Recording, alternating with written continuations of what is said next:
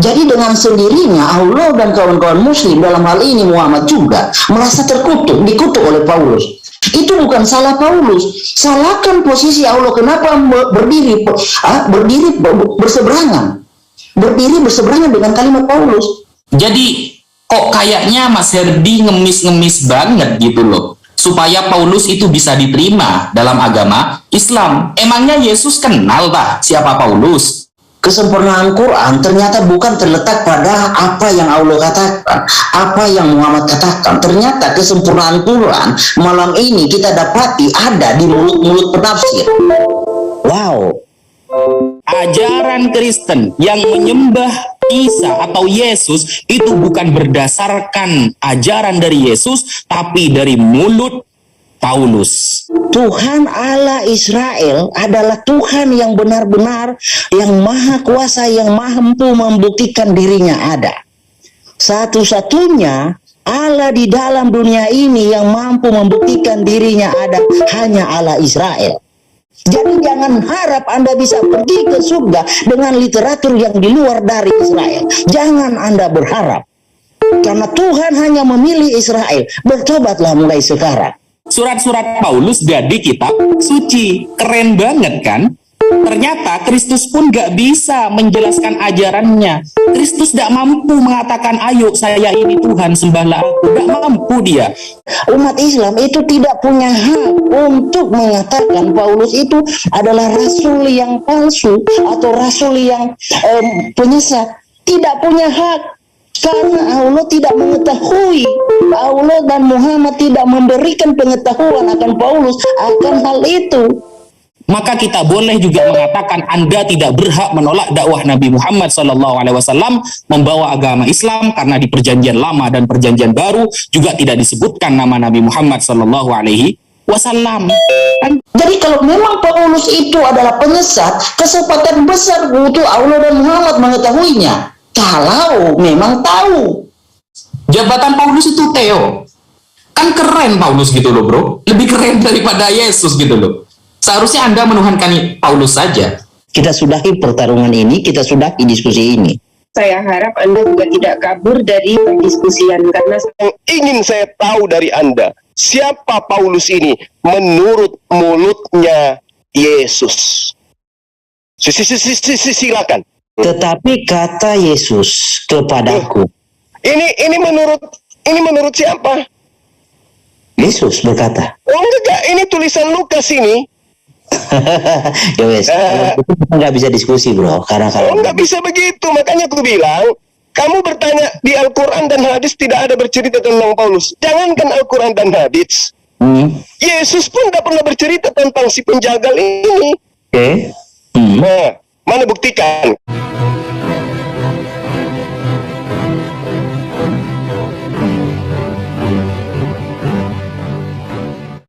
Assalamualaikum warahmatullahi wabarakatuh.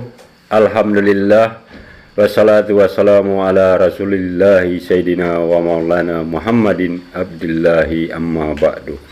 Puji syukur kehadirat Allah subhanahu wa ta'ala, karena kita masih diberi waktu dan kesempatan berjumpa kembali melalui channel Salam Satu Akidah. Semoga kita semua dirahmati Allah dan diberi kekuatan serta keteguhan hati di dalam iman Islam untuk terus meningkatkan iman serta ketakwaan kita kepada Allah Subhanahu wa taala. Baik, saudaraku semuanya, pada kesempatan kali ini kita akan disuguhkan sebuah diskusi ya antara Ustadz Wafi dengan Herdi dari pihak Kristen. Nah, di dalam diskusi ini topik yang dibahas yaitu tentang salah seorang manusia yang bernama Paulus ya, yang kemudian dianggap rasul oleh umat Kristen.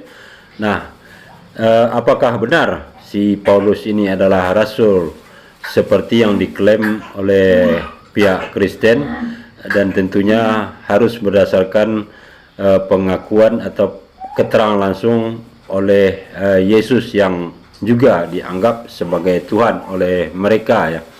Dan tentunya yang terpenting, apakah Islam juga mengenal serta mengakui Paulus ini sebagai rasul? Tentu itu berdasarkan kitab suci Al-Quran ya, apakah benar ada keterangan tentang Paulus ini. Tentu kita akan mendengarkan jawaban yang nanti akan disampaikan oleh Ustadz Wafi dan juga Ustadz Zuma ya. Nah, sebelum kita simak videonya, terlebih dahulu saya mengucapkan terima kasih kepada saudaraku semua yang sudah mendukung channel ini dengan subscribe, dan juga yang baru bergabung jangan lupa subscribe, like serta share-nya. Langsung saja kita simak videonya terlebih dahulu, setelah itu nanti kita akan mengomentarinya kembali. Selamat menyaksikan.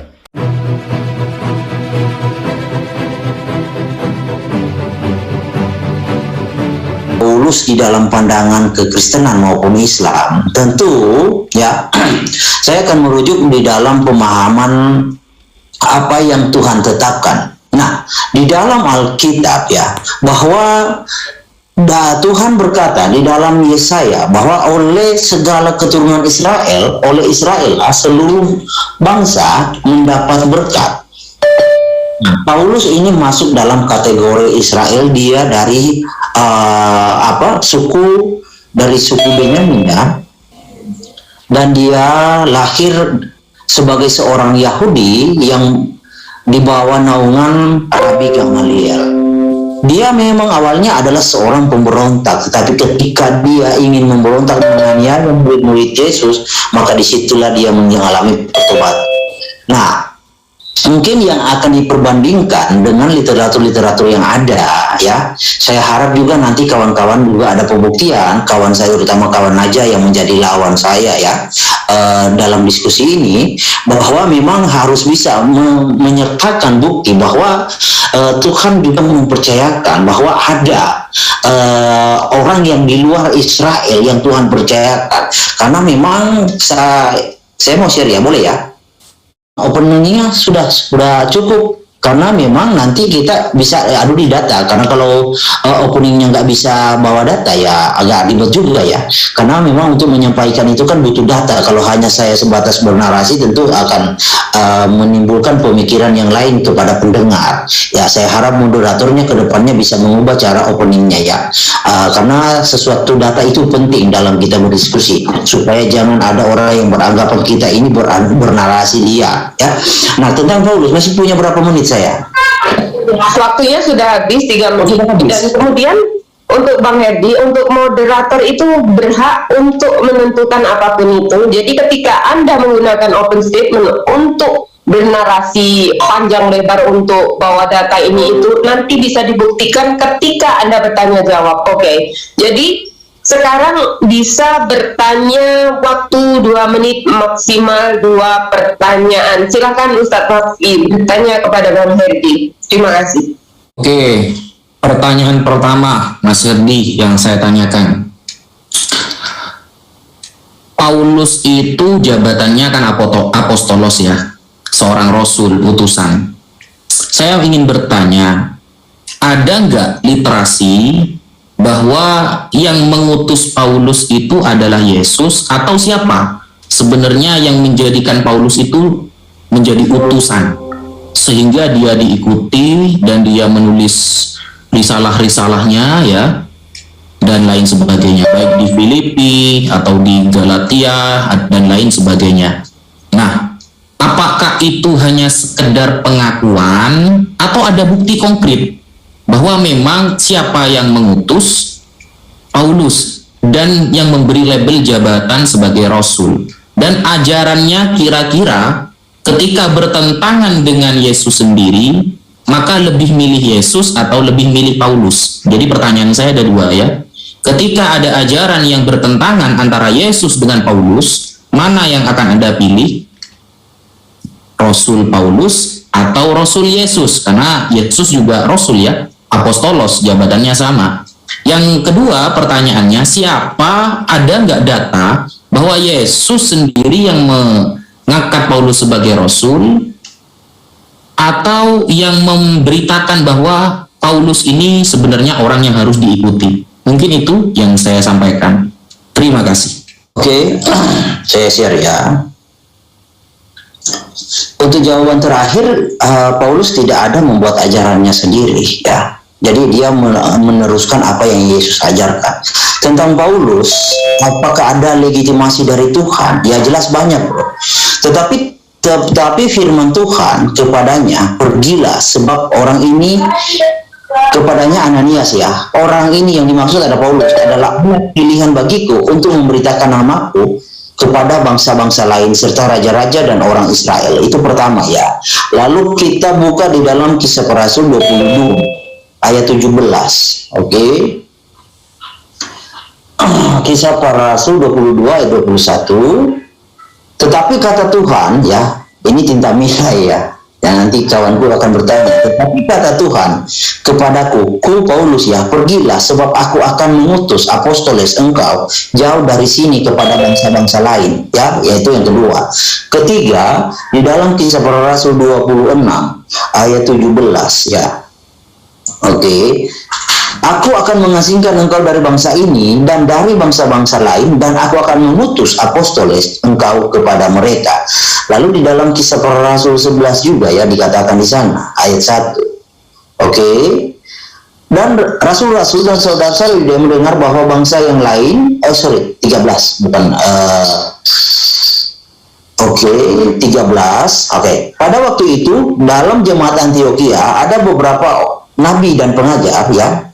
Ada beberapa nabi. Jadi Paulus itu bukan sekedar rasul, dia juga nabi dan pengajar, yaitu Barnabas dan Simeon, dan juga disebut Niger dan Lukius dan orang Kirene dan Menahem yang diasuh bersama dengan raja wilayah Herodes dan Saulus ya.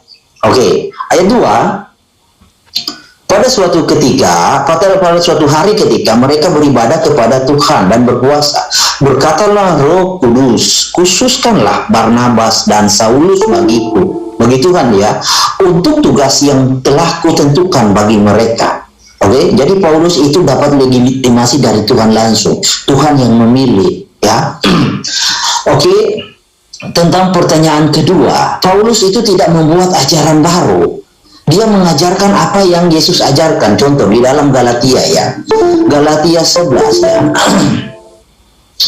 Oke, Galatia 1 ayat 11. Oke, di sini ya. Sebab aku menegaskan kepadamu saudara-saudaraku ya, Injil yang kuberitakan itu bukanlah Injil manusia, karena aku bukan menerimanya dari manusia, dan bukan manusia yang mengajarkannya kepadaku, tetapi aku menerimanya oleh penyataan Kristus Yesus. Ya, udah ya, terjawab dua-duanya. Jadi memang Paulus itu tidak bisa dibantah. Paulus adalah rasul yang dikehendaki, yang dilegitimasi oleh Tuhan.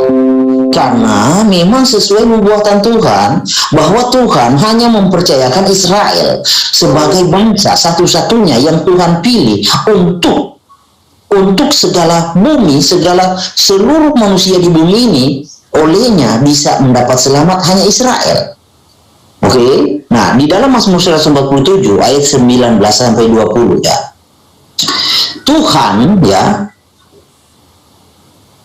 Tuhan memberitakan firman-Nya kepada Yakub, ketetapan Tuhan dan hukum-hukum Tuhan kepada Israel. Tuhan tidak berbuat demikian kepada segala bangsa, dan hukum-hukum Tuhan tidak mereka kenal, segala bangsa kenal. Amin. Maka sangatlah apa yang terjadi kepada Paulus. Paulus adalah orang Israel dari suku Benyamin. Dia menggenapi apa yang Tuhan firmankan. Dan ingat, keselamatan itu datang dari bangsa Israel. Tuhan tidak pernah mewakilkan hukumnya, ketetapannya kepada bangsa lain. Ya, hanya Israel yang Tuhan pilih. Masih ada waktu? Kalau masih ada saya tambahkan lagi. Seperti tertulis di dalam Mazmur ya. Oke, di dalam Amos 3 ayat 1 dan 2. Dengarlah firman ini yang diucapkan, yang diucapkan Hashem tentang kamu, hai orang Israel, tentang segenap kaum yang telah kutuntun keluar dari tanah Mesir. Bunyinya, hanya Israel yang Tuhan kenal dari segala kaum di muka bumi. Hanya Israel loh. Jadi jangan heran kalau tentang Paulus. Sebab itu aku akan menghukum kamu karena, kenapa dikeluarin? Waktu habis. Waktu habis. Oke. Bismillahirrahmanirrahim. Sekarang yang saya bahas mengenai ajaran ya. Tadi sebelum sebelum saya memberitakan tentang ajaran, tadi kan kalimat dari ayat-ayat itu kan masih ambigu, yaitu orang ini, maksud Mas Herdi itu Paulus. Coba tampilkan datanya bahwa penafsiran dari ayat itu memang Paulus maksudnya. Itu yang pertama. Tampilkan data bahwa orang-orang yang disebut di dalam ayat-ayat yang dibawa oleh Mas Herdi barusan, apalagi yang mengatakan orang ini. Kata-katanya kan langsung orang ini, tapi kan tidak ada nama di sana. Kata Mas Herdi itu adalah Paulus, begitu ya. Coba tampilkan datanya mengenai bahwa maksud orang ini adalah Paulus, biar tidak terkesan ambigu. Kemudian baik tafsir ataupun sejarah tampilkan saja nanti ya. Kemudian tentang ajaran, coba kita lihat ya di Matius 5 butir ke-18, di sana kan dikatakan, karena aku berkata kepadamu, sesungguhnya selama belum lenyap langit dan bumi ini, satu otak ataupun satu titik pun tidak akan ditiadakan dari hukum Taurat sebelum semuanya terjadi. Sedangkan bertentangan dengan perkataan Paulus sendiri dalam Galatia 3 butir ke-10, dengan jelas Paulus mengatakan, karena semua orang yang hidup dari pekerjaan hukum Taurat berada di bawah kutuk, kata dia. Sebab ada tertulis, terkutuklah orang yang tidak setia melakukan segala sesuatu yang tertulis dalam kitab hukum Taurat.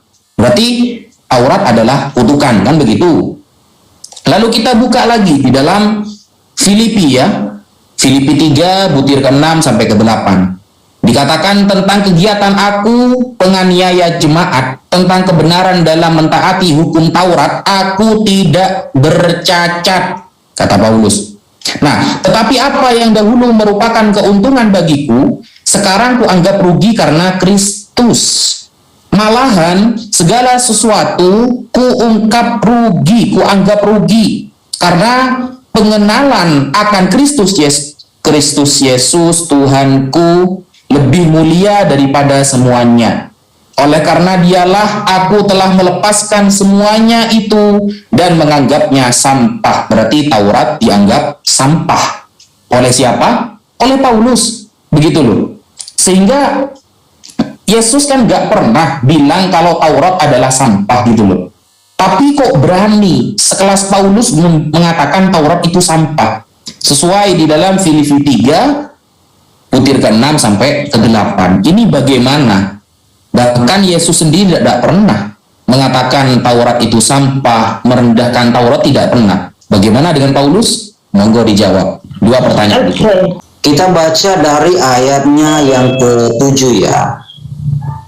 Maka rebahlah aku ke tanah dan aku mendengar suatu suara yang berkata kepadaku, Saulus, Saulus, mengapa engkau menganiaya aku? Saulus, jawabku, siapa engkau? Tuhan, katanya, akulah Yesus orang Nazaret, ya, yang kau aniaya itu. Ayat 9, ya. Dan mereka menyertai aku memang melihat cahaya itu, tetapi suara dia yang berkata kepadaku tidak mereka dengar. Maka kataku, Tuhan, apa yang harus kuperbuat? Kata Tuhan kepadaku, bangkitlah dan pergilah ke Damsyik. Di sana akan diberitahukan kepadamu segala sesuatu yang ditugaskan kepadamu. Oke. Dan karena aku tidak dapat melihat oleh karena cahaya yang menyilaukan mata, maka kawan-kawan seperjalananku memegang tanganku dan menuntun aku ke Damsyik. Di situ ada orang bernama Ananias, seorang saleh yang menurut hukum Taurat dan terkenal baik di antara semua orang Yahudi yang ada di situ. Ayat 13. Oke. Ia yang dimaksud adalah Ananias berdiri di dekatku dan berkata, Saulus, saudaraku, bukalah matamu dan melihatlah. Dan seketika itu juga aku melihat kembali dan menatap dia. Lalu katanya, Allah nenek moyang kita telah menetapkan engkau untuk mengetahui kehendaknya, untuk melihat yang benar dan untuk mendengar suara. Oke. Yang keluar dari mulutnya, sebab engkau harus menjadi saksinya terhadap semua orang tentang apa yang kulihat dan apa yang kau dengar. Dan sekarang mengapa engkau masih ragu-ragu? Bangunlah, berilah dirimu dibaptis dan dosa-dosamu disucikan sambil berseru kepada nama Tuhan. Ayat 17. Sesudah aku kembali di Yerusalem dan ketika aku sedang berdoa di dalam bait Allah, rohku diliputi oleh kuasa ilahi. Aku melihat Dia yang berkata kepadaku, lekaslah, segeralah, tinggalkan Yerusalem sebab mereka tidak akan menerima kesaksianmu tentang aku. Ayat 19. Jawabku, Tuhan, mereka tahu bahwa akulah yang pergi dari rumah ibadat yang satu ke rumah ibadat yang lain, dan yang memasukkan mereka yang percaya kepadamu ke dalam penjara dan menyiksa mereka. Dan ketika darah Stefanus saksimu itu ditumpahkan, aku ada di situ dan menyetujui perbuatan itu, dan aku menjaga pakaian mereka yang membunuhnya. Oke. Ayat 21, tetapi kata Tuhan kepadaku, jadi ku itu adalah Paulus, pergilah, sebab aku akan mengutus engkau, apostoles, jauh dari sini kepada bangsa-bangsa yang lain. Udah cukup bro ya.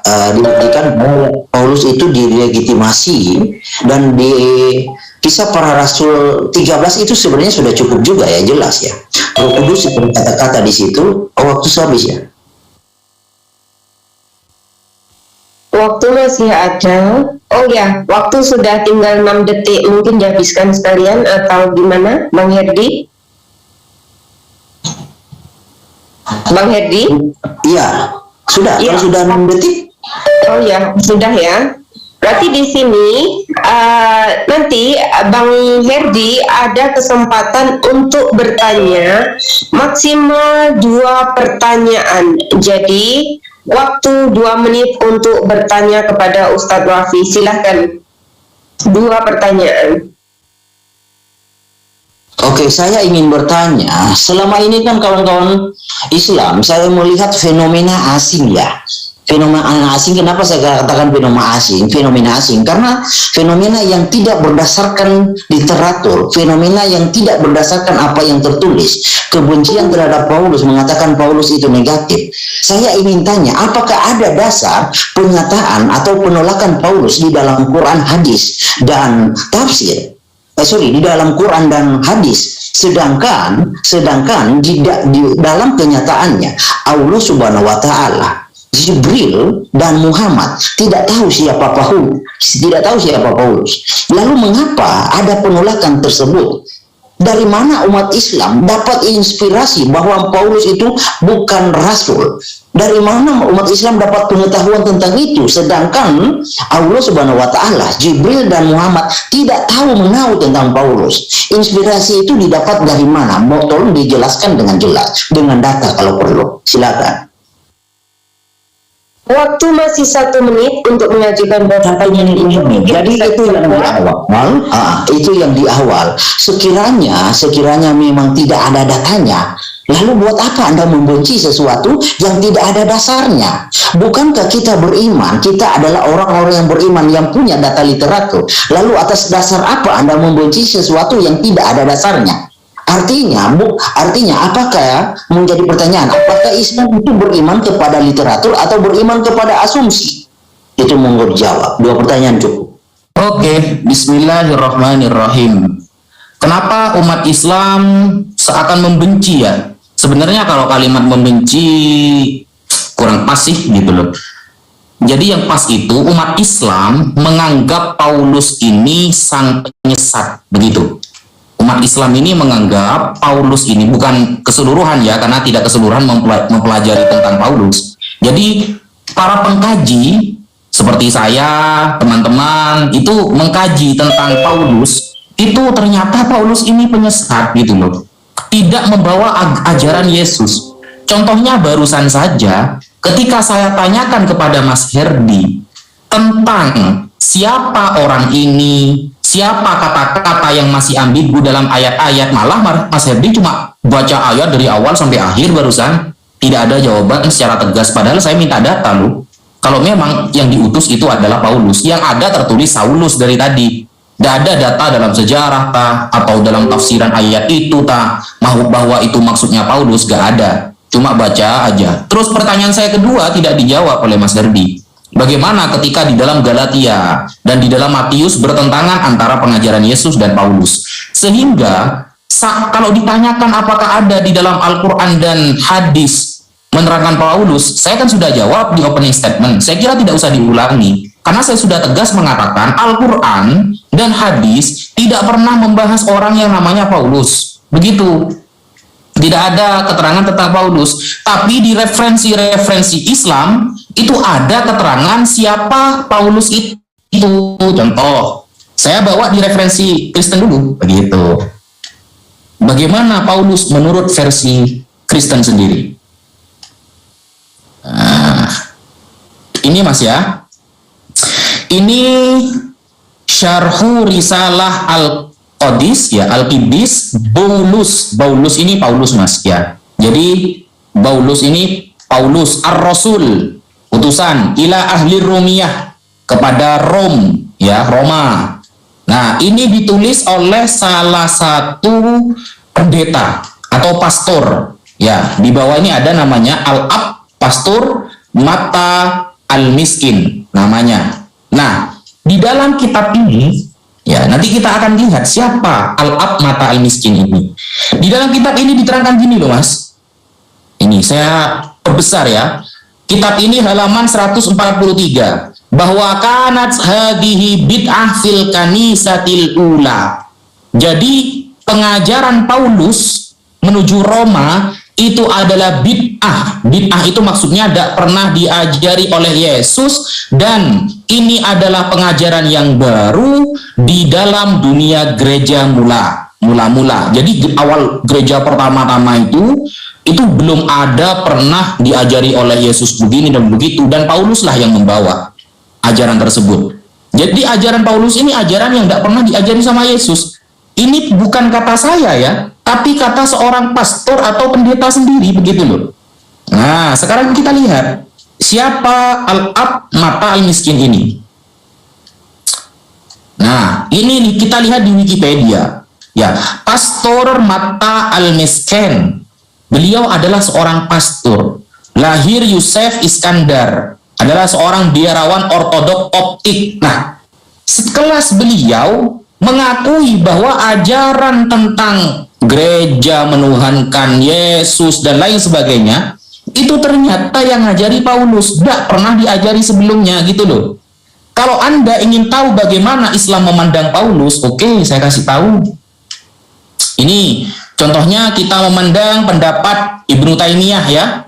Di sini Ibnu Taimiyah ya, di dalam kitab Majmu' Fatawanya juz 4 halaman 518. Wa awwalu man ibtada'a. Ini menjelaskan, Ibnu Taimiyah sebenarnya menjelaskan tentang Syiah, lalu beliau arahkan kepada Nasrani ya. Wa awwalu man ibtada'a al-qaul bil ismati li aliyin wa bin nasi alaihi fil khilafah wa huwa ra'sul haula'il munafiqin Abdullah bin Saba. Jadi pendiri Syiah itu namanya Abdullah bin Saba. Alladzi kana yahudiyan, dia seorang Yahudi.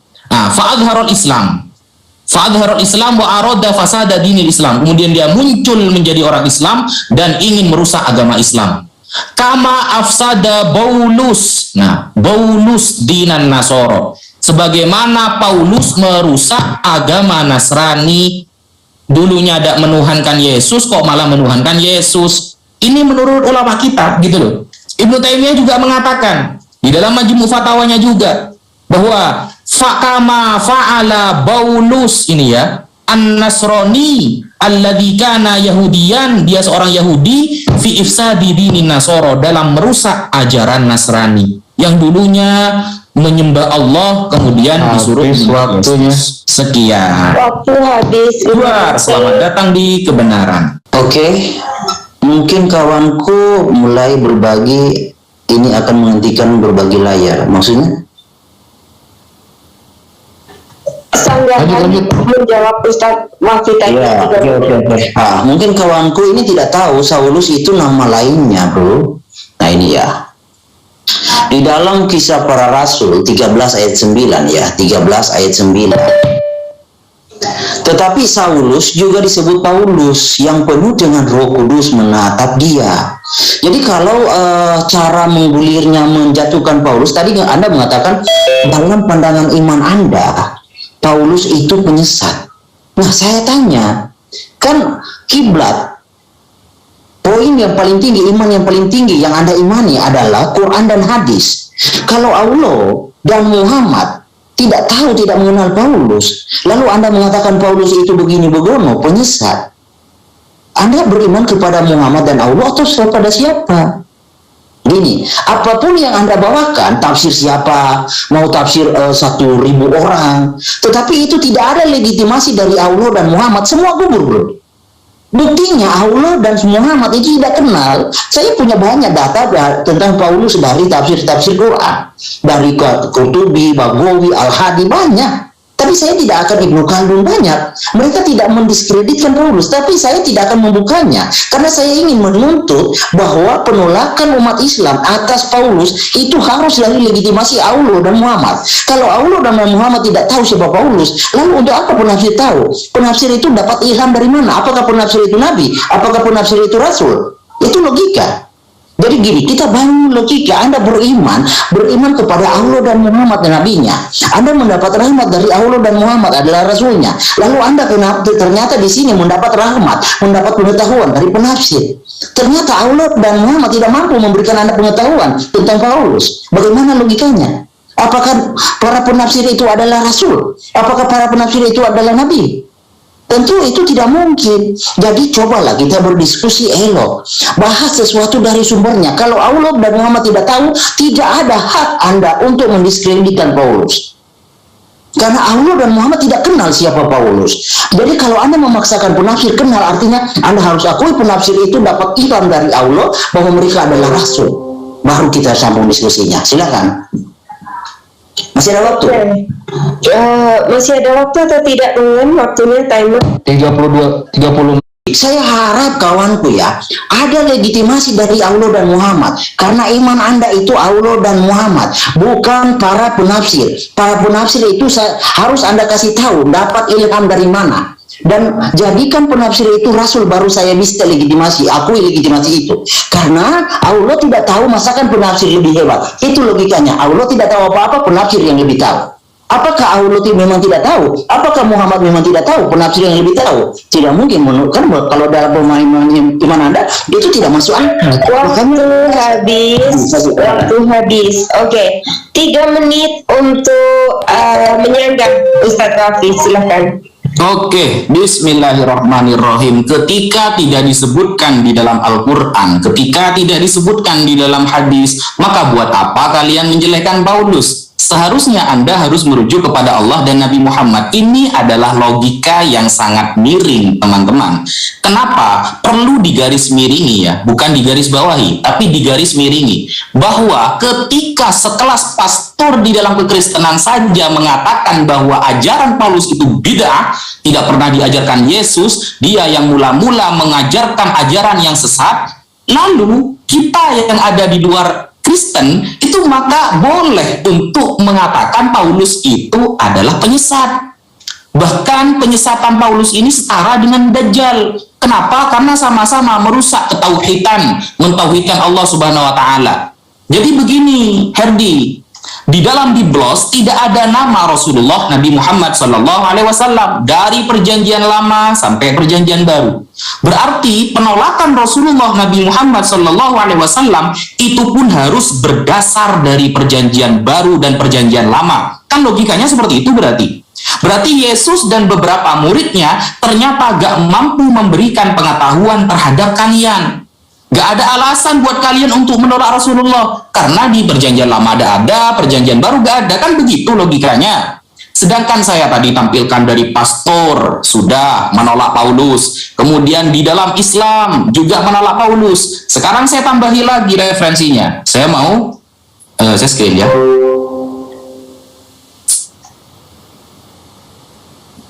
Nah, siapa Paulus? Atau Paulus, the legend of Paulus, siapa dia? Ternyata kalau kita melihat di dalam tafsir Ibnu Katsir, tadi Mas Herdi sempat mengatakan, saya punya referensi di Ibnu Khaldun, saya punya referensi Ibnu Katsir, tapi tidak mendiskreditkan Paulus. Loh, kata siapa guys? Kita lihat di dalam tafsir Ibnu Katsir.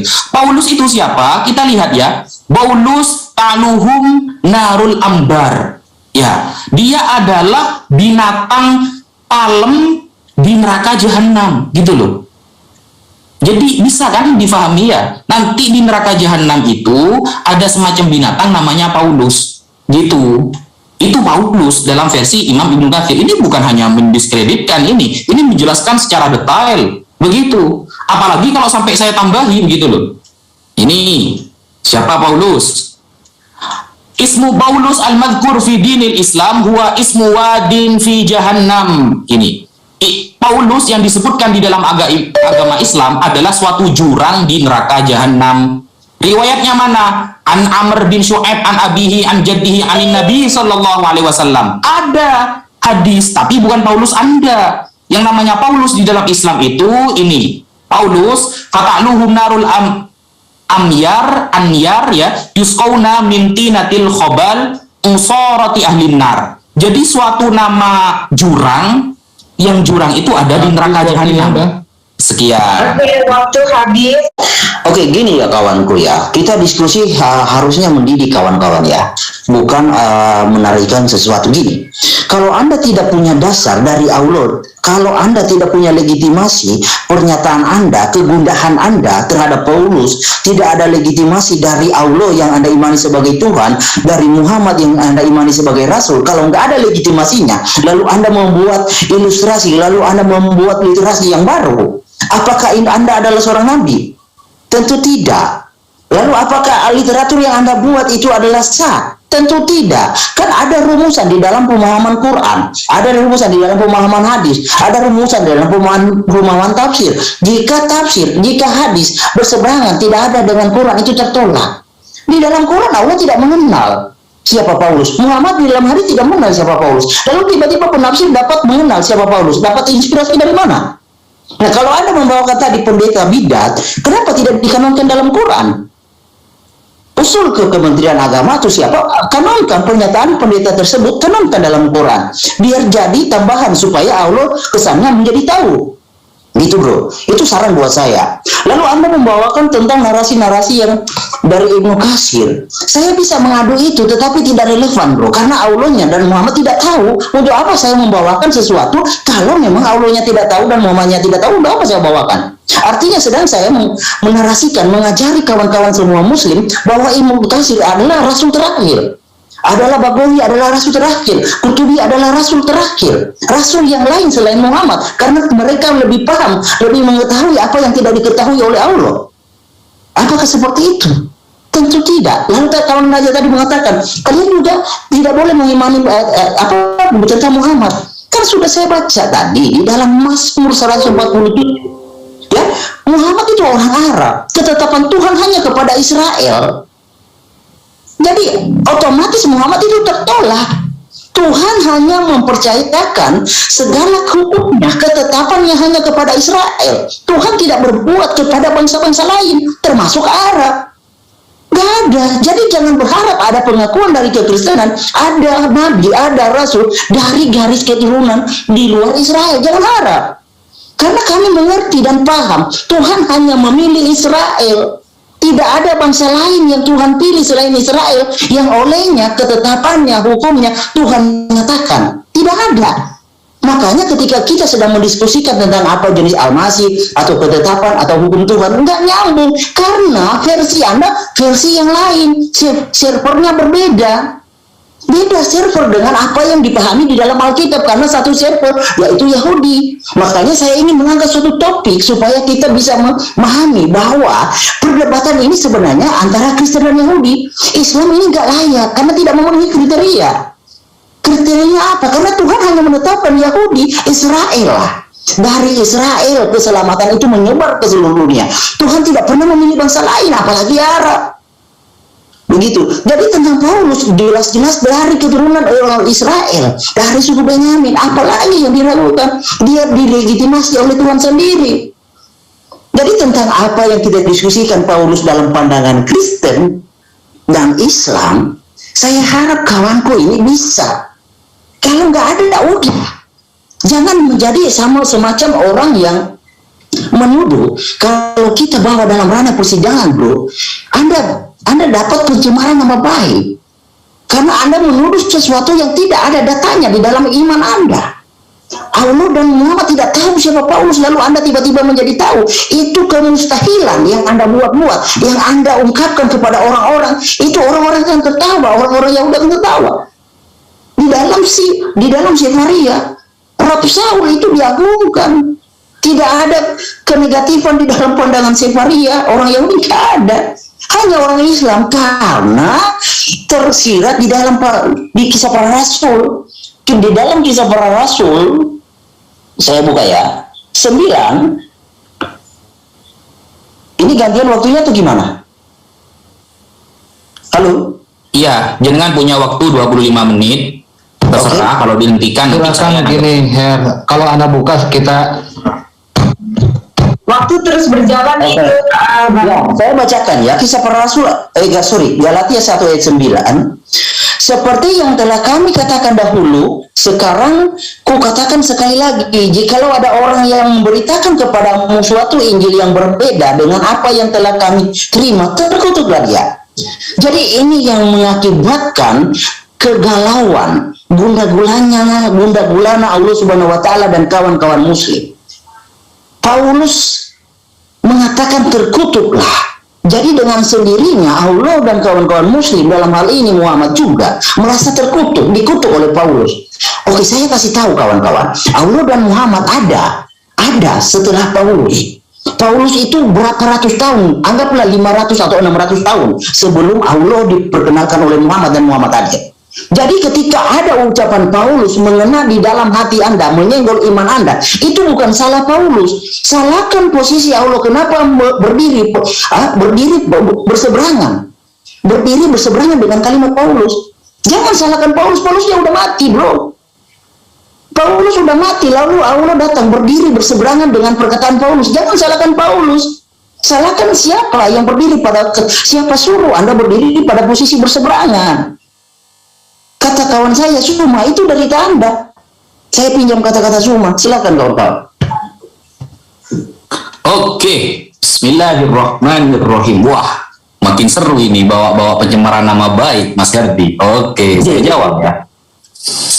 Yang pertama, Mas Herdi, Al-Quran itu menolak secara umum, Mas Herdi. Al-Quran yang pertama, siapa yang Al-Quran tolak? Laqad kafara alladhina qalu innallaha huwal masihu ibnu Maryam. Yang pertama, telah kafirlah orang yang mengatakan Isa putra Maryam itu adalah Tuhan. Yang kedua, laqad kafara alladhina qalu innallaha huwal masihu ibnu Maryam. Yang pertama, telah kafirlah orang yang mengatakan Isa putra Maryam itu adalah Tuhan.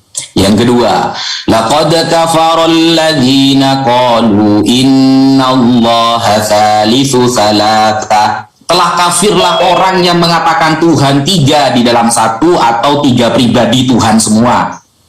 Itu juga kafir, Mas Herdi. Begitu. Lalu bagaimana Al-Quran ini mengajari orang Islam? Kalau kita ingin memahami Al-Quran, hadis tentang Islam, itu bagaimana caranya?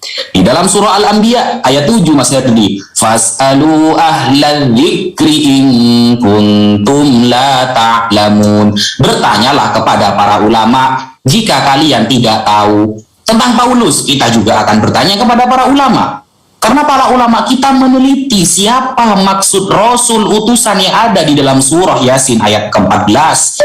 Ulama kita akan meneliti siapa yang menjadi pengganti Yesus saat ada disalib, saat dia disalib. Sehingga ketika itu Yesus atau Isa alaihissalam diangkat ke atas langit oleh Allah Subhanahu wa taala. Jadi kok kayaknya Mas Herdi ngemis-ngemis banget gitu loh, supaya Paulus itu bisa diterima dalam agama Islam. Emangnya Yesus kenal tak siapa Paulus? Pernah nggak seumur hidup ya? Seumur hidupnya Yesus ketemu, berbincang langsung dengan Paulus. Di mana ayatnya di dalam Biblos kalau Yesus itu pernah ketemu Paulus? Mana? Kan nggak ada begitu. Nah, sedangkan Yesus ya gundah gulana mendengarkan ini, ya kata Paulus ini ya di dalam Galatia 3 butir ke-13.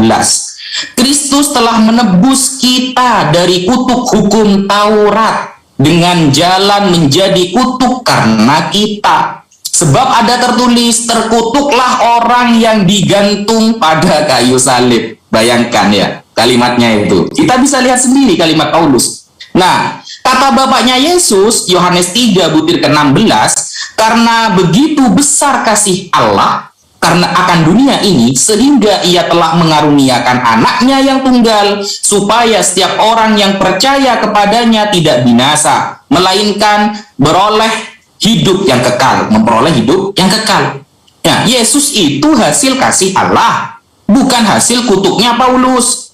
Kan jadi apa ya, merana gitu loh Yesus ini. Sehingga Al-Quran sudah mengkonsepkan secara umum bahwa jangan sampai menuhankan para nabi, jangan menuhankan para malaikat dan lain sebagainya. Hanya Allah, la ilaha illallah. Tidak ada yang berhak disembah kecuali Allah Subhanahu wa ta'ala. Kalau kita menyembah Yesus yang notabene-nya hanya firman dalam keimanan kekristenan, maka kita berarti tidak menyembah semuanya, karena hanya firman-Nya yang disembah. Sedangkan Allah itu memiliki semua sifat kesempurnaan, sehingga kalau menyembah firman-Nya saja tidak mewakili penyembahan yang lain.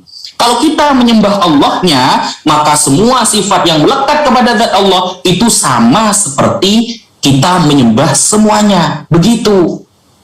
Gitu loh maksudnya.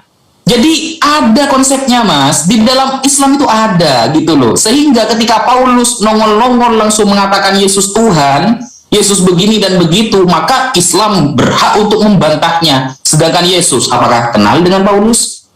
Kenalkah Yesus? Karena Paulus berani-beraninya ya, Paulus berkata apa yang dia katakan bukan berasal dari firman Tuhan loh.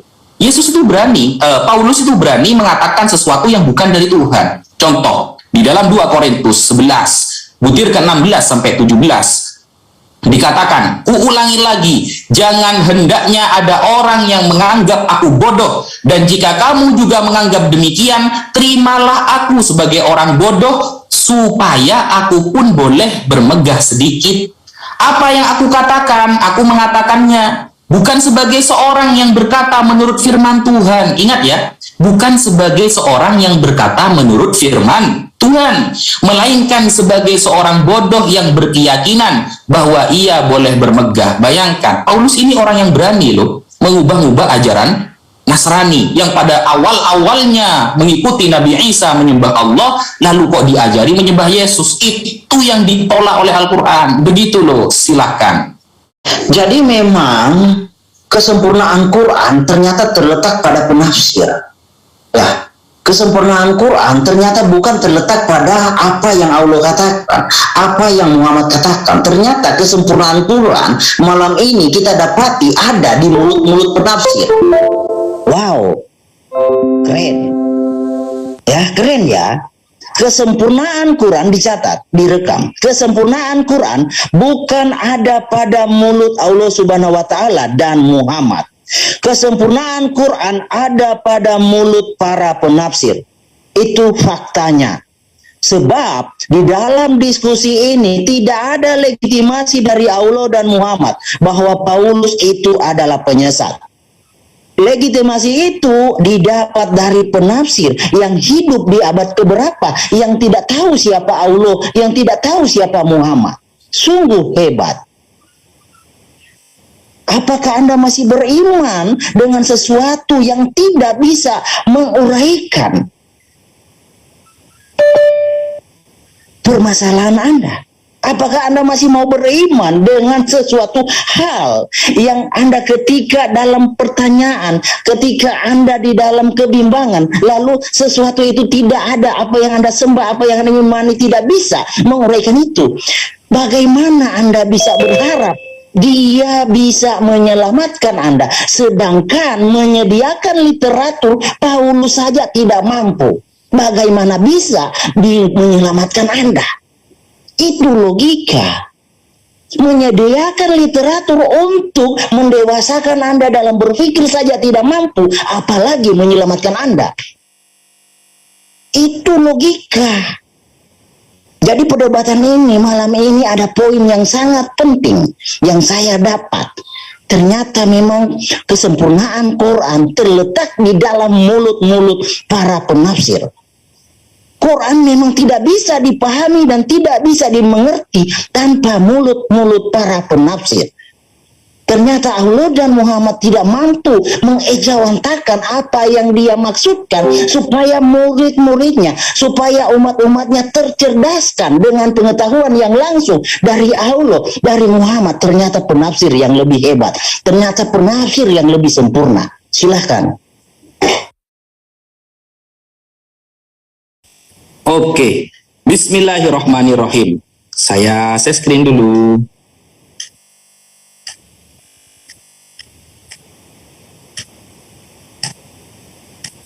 Ya, ini ya. Paulus itu kan Rasul, utusan. Makanya umat Islam ini sangat berat gitu loh. Kalau mencari hadis tentang Paulus ada memang, tapi saya gak enak mau mengatakannya gitu loh. Karena jelas-jelas ya, kalau kita melihat di dalam hadis Ahmad, dalam kitab Musnad Ahmad bin Hambal, itu dikatakan bahwa Paulus itu adalah jurang di neraka jahanam gitu loh.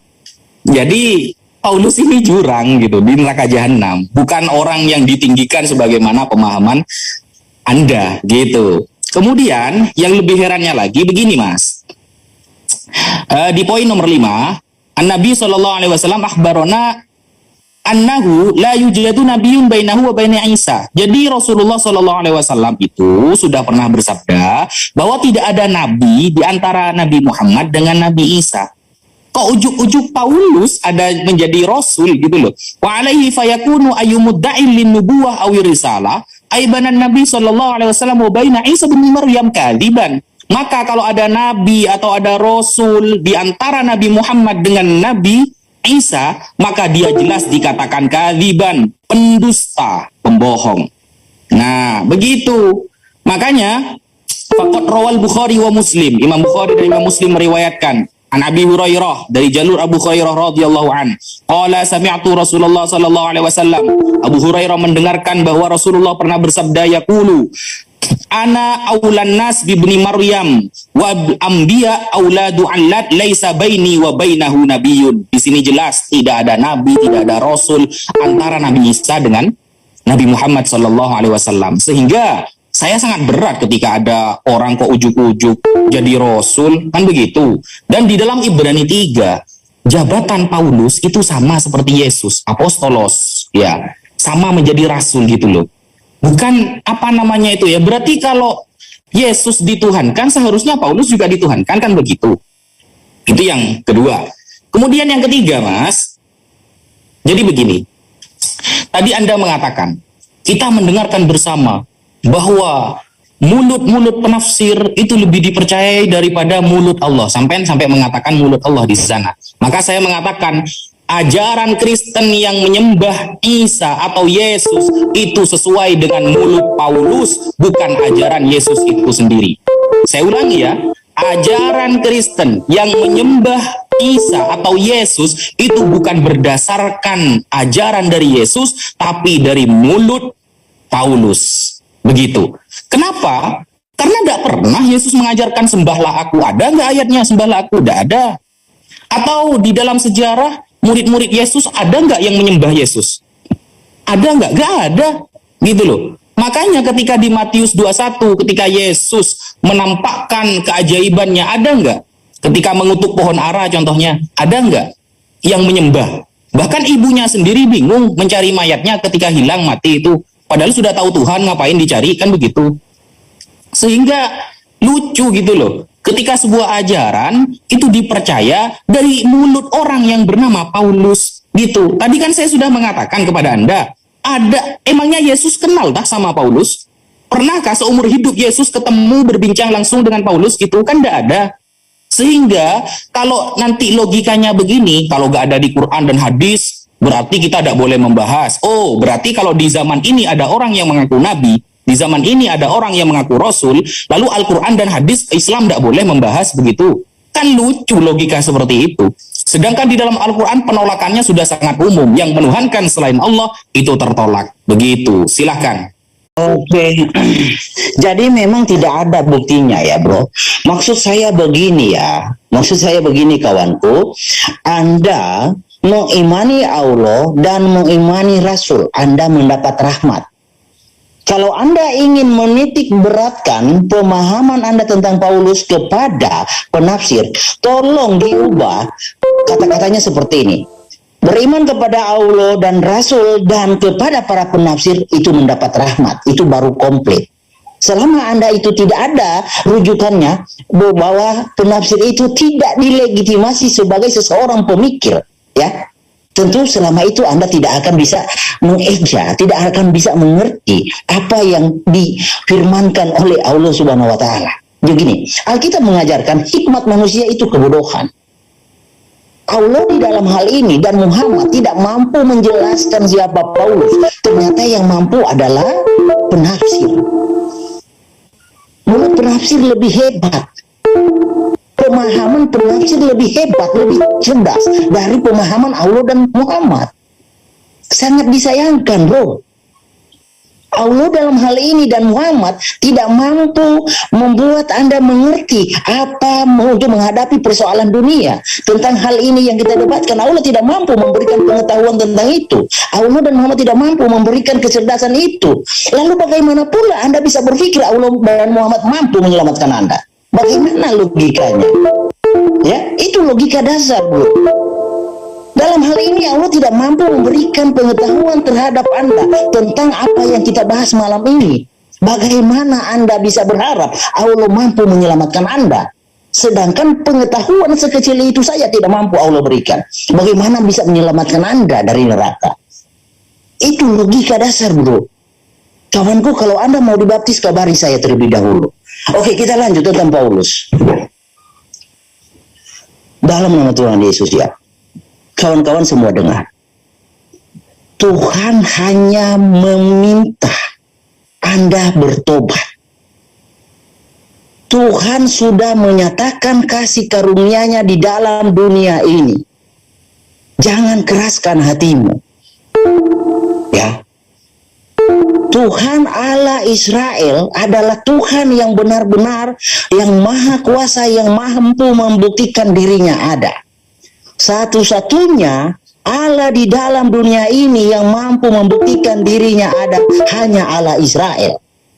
Dan Allah Israel bertitah bahwa dia hanya mempercayakan Israel atas segala hukumnya dan ketetapannya. Dia tidak mempercayakan kepada bangsa manapun selain Israel, hanya Israel. Jadi jangan harap Anda bisa pergi ke surga dengan literatur yang di luar dari Israel. Jangan Anda berharap. Karena Tuhan hanya memilih Israel. Bertobatlah mulai sekarang. Silakan. Oke, bismillahirrahmanirrahim. Jadi benar ya apa yang saya sampaikan ya. Kalau legitimasi dari Allah kita harus mengikuti para ulama ada. Itu sudah saya jelaskan, Mas. Di dalam surah Al-Anbiya ayat 7 atau di dalam ayat-ayat yang lain ya, seperti atiullaha wa atiur rasul wa ulil amri minkum. Ulil amri itu kata Abu Aliyah, Imam Abu Aliyah Ar-Rabi, Sayyidina Abdullah bin Abbas, semuanya mengatakan para ulama. Karena para ulama ini ilmunya ya tinggi, begitu, faham terhadap Al-Qur'an, faham kepada hadis. Begitu, legitimasinya ada kalau kita. Kalau Anda ada nggak di dalam Bible? Ikutilah pemahaman para pendeta. Nggak ada, begitu loh. Bahkan Paulus sendiri nggak kenal sama Yesus. Pernah nggak Yesus berbincang-bincang sama Paulus? Nggak pernah. Makanya kalau kita lihat ya, kesempurnaan Kristus ternyata terdapat dalam mulutnya Paulus yang dituang dalam surat-surat Paulus yang dijadikan kitab suci gitu loh. Surat-surat Paulus jadi kitab suci. Keren banget kan? Ternyata Kristus pun gak bisa menjelaskan ajarannya. Kristus gak mampu mengatakan, ayo saya ini Tuhan, sembahlah aku. Gak mampu dia. Masih butuh Paulus, kan begitu. Gak bisa. Yesus gak berani geser-geser hukum Taurat, itu gak berani Yesus, begitu loh. Paulus, wah, dia sangat berani dan bahkan menganggap Taurat itu sampah. Jadi Paulus lebih keren daripada Yesus. Seharusnya teman-teman Kristen ini bertobat, sembahlah Paulus saja, jangan Yesus. Yesus tidak mampu, lebih hebat Paulus gitu loh guys. Sehingga Yesus aja dibantah sama Paulus mengenai hukum Taurat. Paulus bilang hukum Taurat adalah kutukan. Jangankan Yesus, Bapak aja ya digeser sama Paulus ya. Jangankan Yesus, Bapak Yahweh itu kata jenengan digeser sama Paulus. Coba kita lihat di dalam 1 Korintus 4:15. Sebab sekalipun kamu mempunyai beribu-ribu pendidik dalam Kristus, kamu tidak mempunyai banyak bapa, karena akulah yang dalam Kristus Yesus telah menjadi bapakmu. Jadi Paulus jadi bapakmu sekarang. Oleh Injil yang kuberitakan kepadamu, gak ada nilainya bapak sampai bisa digeser sama Paulus. Yang begini, gak bernilai bapak itu. Jadi Paulus ini posisinya sudah seperti bapak kalian. Pantes kalian ini beriman sesuai apa yang disampaikan dari mulut Paulus. Silahkan. Oke, dan memang perdebatan ini tidak akan membuahkan hasil untuk kan terbalik dari apa yang saya narasikan dari tadi ya. Dan memang dalam hal ini Allah Subhanahu wa taala dalam Quran dan Muhammad dalam hadis sudah bendera putih untuk pembuktian bahwa Muhammad mendukung atau mendompleng asumsinya. Tapi saya harap kawanku, jangan hanya Anda mengutip sesuatu hal yang untuk mendukung pemahamanmu yang salah. Saya harap Anda mengutip segala sesuatu yang ada di dalam Alkitab. Jangan pilih-pilih enaknya saja kawanku. Pilihlah semua. Ya, begitu cara berdiskusi yang elok. Ketika Anda menggunakan standar, ketika Anda mengutip data orang, lalu Anda jadikan sesuatu untuk memenangkan atau untuk menguatkan argumen Anda, saya harap Anda bisa mengimani itu. Jangan hanya Anda pilih-pilih supaya Anda terkesan bisa menjawab. Saya harap jangan begitu kawanku. Kita di sini waktu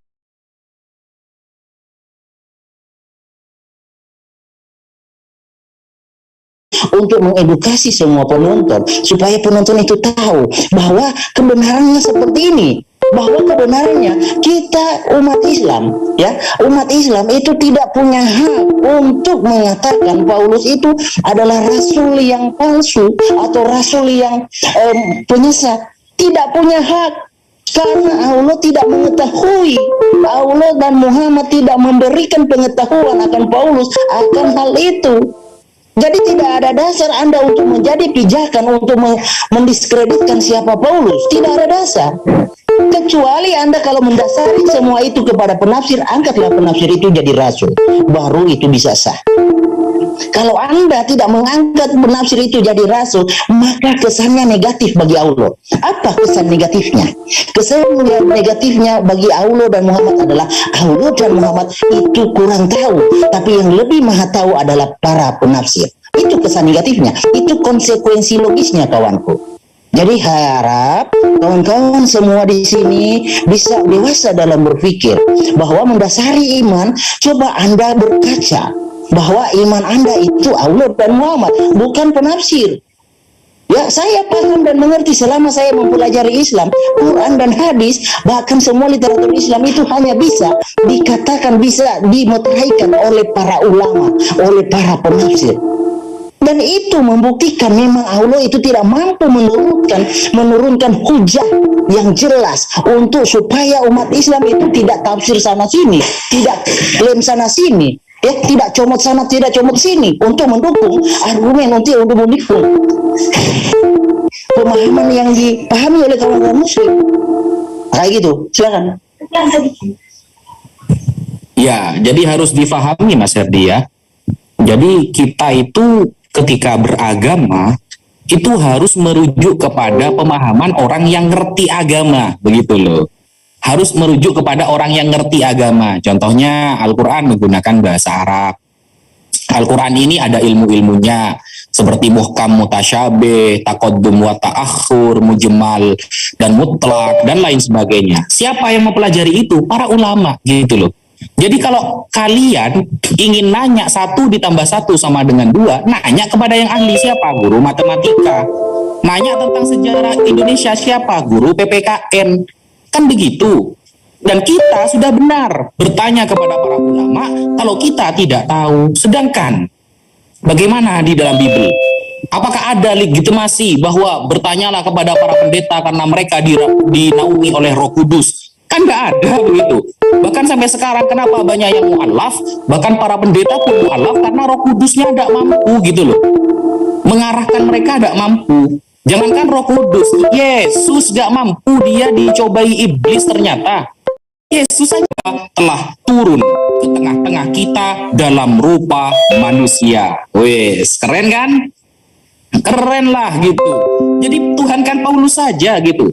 Kalau Anda mengatakan tidak ada hak bagi orang Islam untuk menolak Paulus karena tidak disebutkan dalam tafsir dan hadis dalam Al-Quran ya, maka kita boleh juga mengatakan Anda tidak berhak menolak dakwah Nabi Muhammad SAW membawa agama Islam karena di Perjanjian Lama dan Perjanjian Baru juga tidak disebutkan nama Nabi Muhammad SAW. Kan begitu. Kalau kita lihat juga dalam Kisah Para Rasul 14:11 barusan ya, kata dewa ya, itu kan dalam original teksnya kan dewa itu Theo. Paulus menjadi Theo atau Theos, kan begitu. Gak hanya Bapak menjadi Theos, Paulus juga menjadi Theos rupanya. Ini ternyata sudah menjadi Tuhan sekarang Paulus ini. Gak ada di dalam kekristenan, baik Perjanjian Lama maupun Perjanjian Baru, kecuali hanya ada di surat-surat Paulus yang mengajak menuhankan Yesus. Begitu. Gak ada. Monggo, silakan.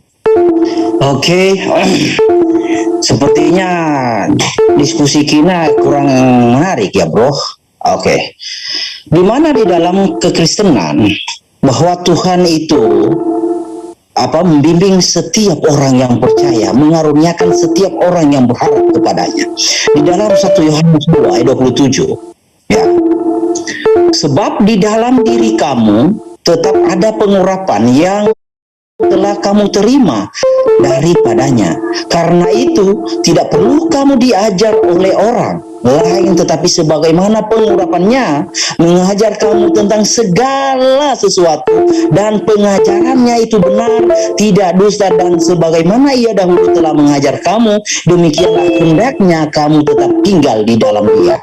Siapa saja yang tinggal di dalam Kristus, berharap kepada Kristus, Kristus yang mengajarinya. Karena Kristus sudah berjanji, aku akan menyertai kamu sampai kepada kesudahannya. Apakah Allah bisa membuat begitu?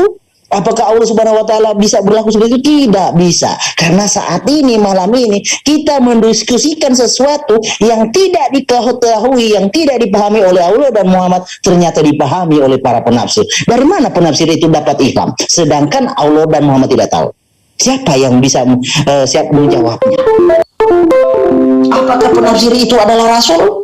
Bro, saya tegaskan sekali lagi, kiblat Anda Allah dan Muhammad, bukan penafsir. Berapa kali saya ulangi kepada Anda, kiblat Anda Allah dan Muhammad, bukan penafsir. Percayakan Anda pengetahuan Anda dari Muhammad dan Allah. Jangan Anda berharap kepada hikmat manusia.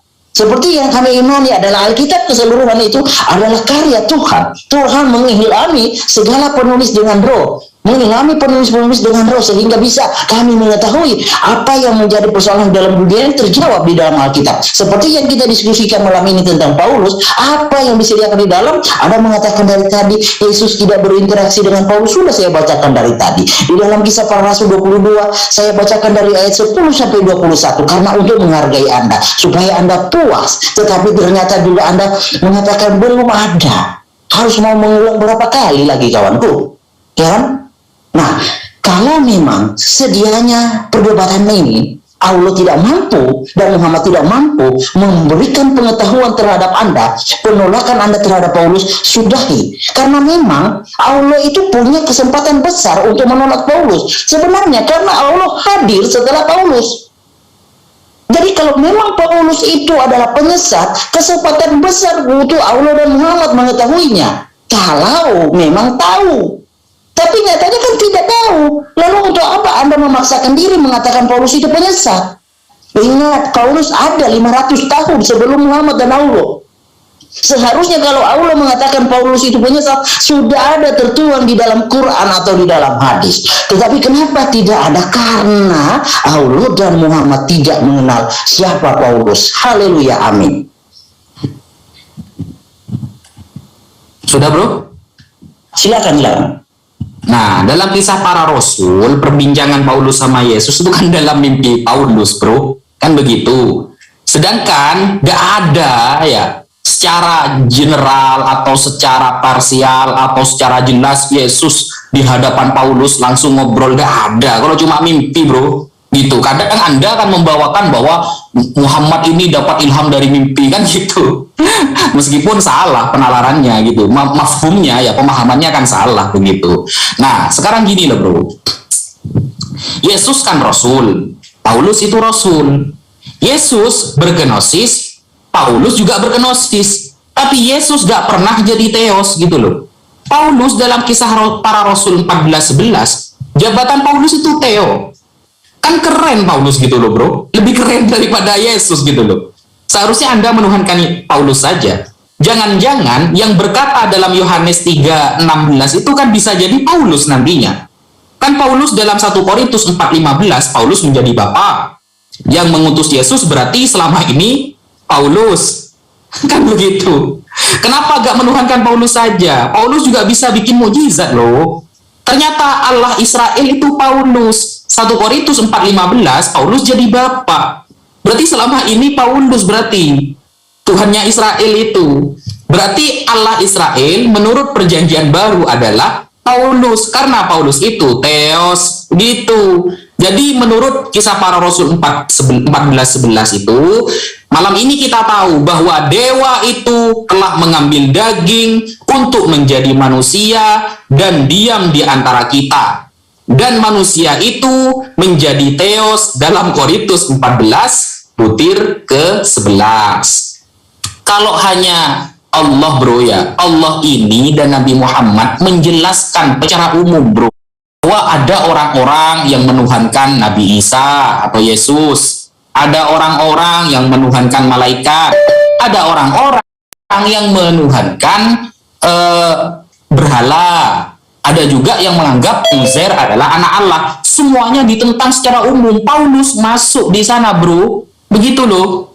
Sedangkan di dalam Bible gak ada keterangan Nabi Muhammad itu, gak ada. Ngapain kalian tolak? Kan Anda harus berarti Theos atau Paulus atau Yesus gak mampu menjelaskan bahwa nanti akan ada nabi terakhir dari bangsa Arab yang dia umatnya akan menyebar ke seluruh dunia. Gak mampu berarti Tuhan Anda, bro. Begitu. Sekian, monggo lanjut. Oke. Gini kawanku, kita sedang membahas Paulus dalam pandangan Kristen dan Islam, bukan pandangan Theos, pandangan Aviat, Abinyu, bukan. Tetapi Paulus dalam pandangan Quran, ya, Paulus dalam pandangan Kristen dan Islam. Siapa sih Paulus? Nah, kalau memang tidak ada buktinya, udah angkat bendera putih saja, brother. Kita sudahi pertarungan ini, kita sudahi diskusi ini. Nyatakan bahwa memang Allah dan Muhammad tidak mengetahui siapa Paulus. Maka dengan demikian, tidak ada dasar bagi umat Islam untuk mengatakan Paulus itu rasul palsu atau penyesat. Karena memang Allah dan Muhammad tidak mengetahui Paulus. Siapa Paulus? Orang yang hebat itu jujur. Orang yang hebat berani mengatakan walaupun itu tidak ada. Menyerah saja kalau memang tidak ada.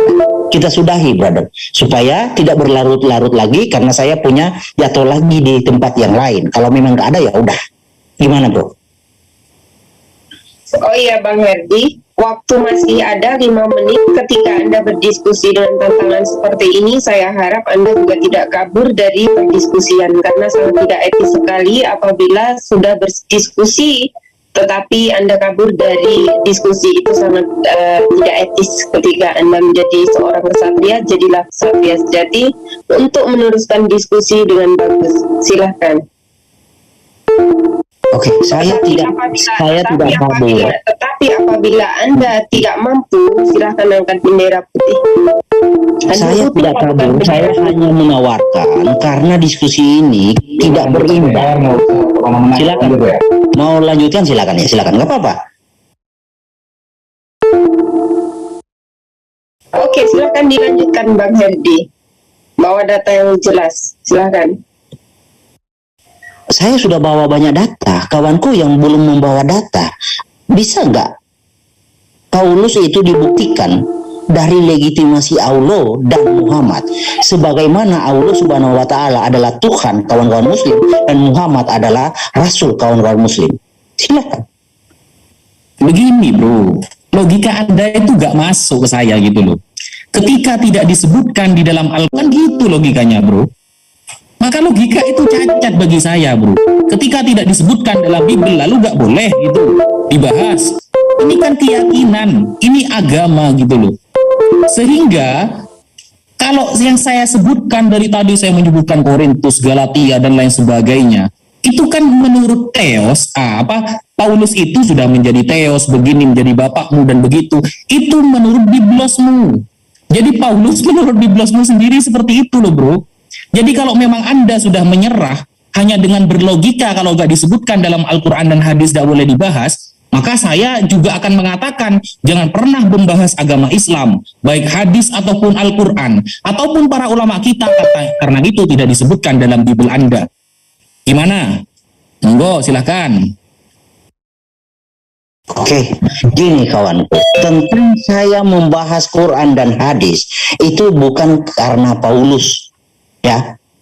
Kalau Anda dan kawan-kawan mau dengar di sini, itu karena Allah Subhanahu wa taala sudah dengan sengaja menyenggol iman kekristenan, ya. Saya dalam hal ini katakan ya, sekali lagi, Isa mau dibuang ke laut, mau dibawa lari ke gunung, mau dibawa ke Jerman, mau dibawa kemanapun, oleh Allah terserah. Tapi jangan pernah samakan Isa dengan Yesus. Ketika Anda menyamakan Isa dengan Yesus, di situ masalah terjadi, bro. Oke?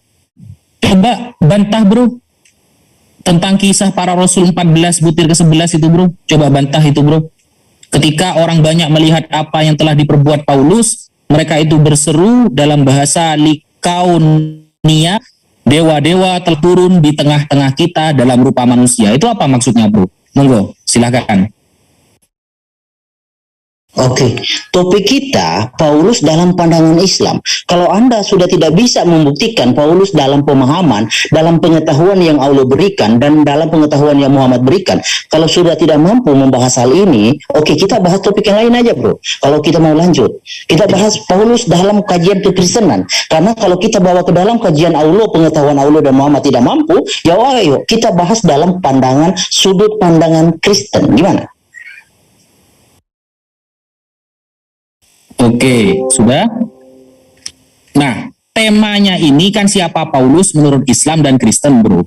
Saya sudah menjelaskan, Paulus itu adalah wadin, jurang, fi jahannam, di neraka jahannam. Saya juga menyampaikan dalil-dalil dari pastor bahwa Paulus lah yang pertama kali melakukan ajaran yang tidak pernah diajarkan oleh Yesus. Di gereja mula-mula, kan begitu, dan lain sebagainya. Nah, itu data loh dari saya itu bro. Sekarang saya tanya, di dalam versi kekristenan itu bagaimana sebenarnya? Kan saya masih ambigu gitu loh. Karena Paulus ini kok jadi Tuhan, Paulus kok jabatannya sama dengan Yesus, bahkan Yesus tidak pernah berbicara secara terang-terangan dengan Paulus, cuma mimpinya Paulus, kan begitu. Monggo bro, dijawab kisah para Rasul 14:11 itu maksudnya gimana? Silakan. Oke, jadi dalam hal ini kawanku Naja sudah angkat bendera ya, pembuktian dari sudut pandang Islam, dari pengetahuan dari Allah dan Muhammad sudah angkat bendera. Jadi kita membahas dari Alkitab. Nah, kawanku Naja di sini sudah mengutip kisah para Rasul berapa tadi bro? Ayo kita diskusikan. 14:11 bro, 14 butir ke-11. 14 butir ke-11, oke. Sebenarnya ini sudah topik lain, karena ini lebih kepada satu arah. Nah, Anda mempertanyakan, jadi sudah satu arah ini ya. Kisah para Rasul berapa bro? 14 butir ke-11. Oke. Nggak masalah, kita cukupkan waktunya ya. Ketika orang banyak melihat apa yang telah diperbuat Paulus, mereka itu berseru dalam bahasa Likaunia, dewa-dewa telah turun ke tengah-tengah kita dalam rupa manusia. Oke? Oke, gimana maksudnya itu bro? Oke. Anda bersedia saya bacakan dari awal? Karena ini sudah satu arah ya bro. Saya bacakan dari awal ya. Anda tadi jangan framing lah. Anda dari tadi bertanya kepada saya nampilkan data kok. Nah, iya, saya mau baca dari awal bro. Karena ini kan sudah satu arah. Ya, ini kan sudah satu arah. Oke.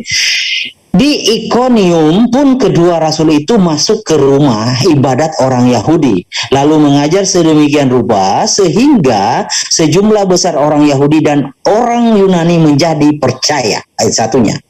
Tetapi orang-orang Yahudi yang menolak pemberitaan mereka memanaskan hati orang-orang yang tidak mengenal Allah dan membuat mereka gusar terhadap saudara-saudara itu.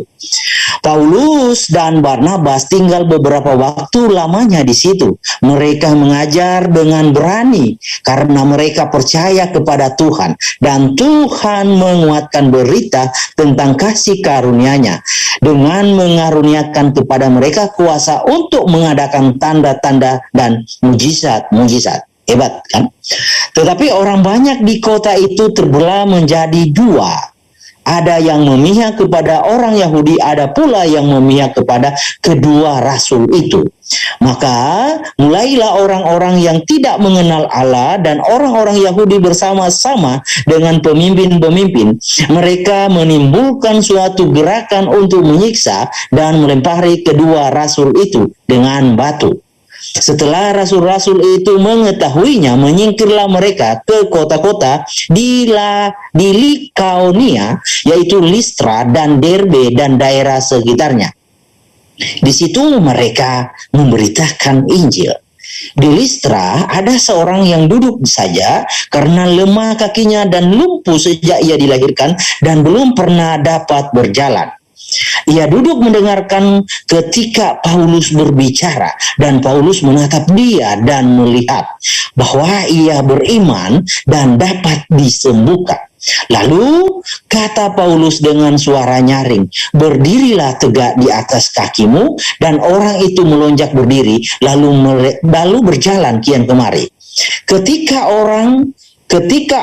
orang banyak melihat apa yang telah diperbuat Paulus, mereka itu berseru dalam bahasa Likaonia, "Dewa-dewa telah turun di tengah-tengah kita dalam rupa manusia." Jadi orang-orang yang di sini, bro, melihat mujizat yang dilakukan oleh Rasul Paulus, mereka berkata, "Lihat, dewa-dewa telah turun ke tengah-tengah kita dalam rupa manusia." Itulah adanya, brother. Itulah pentingnya Alkitab, karena Alkitab punya perikop. Silakan. Itu kan Yesus berkenosis, bro. Itu Paulus juga berkenosis itu. Jadi berupa manusia gitu ya. Berarti Paulus itu bukan manusia gitu. Nah, oke, kawanku, di mana Paulus di situ berkata berkenosis? Loh, kan berubah dia, bro. Di mana di situ Coba lihat gitu loh. Itu kan dewa-dewa berkenosis menjadi rupa manusia. Siap kawanku. Sepertinya kita ajak lagi dari awal supaya kawanku mengerti. Jadi Paulus dengan Petrus di sini ya sudah mengajar, bro. Dengan Barnabas di sini ya.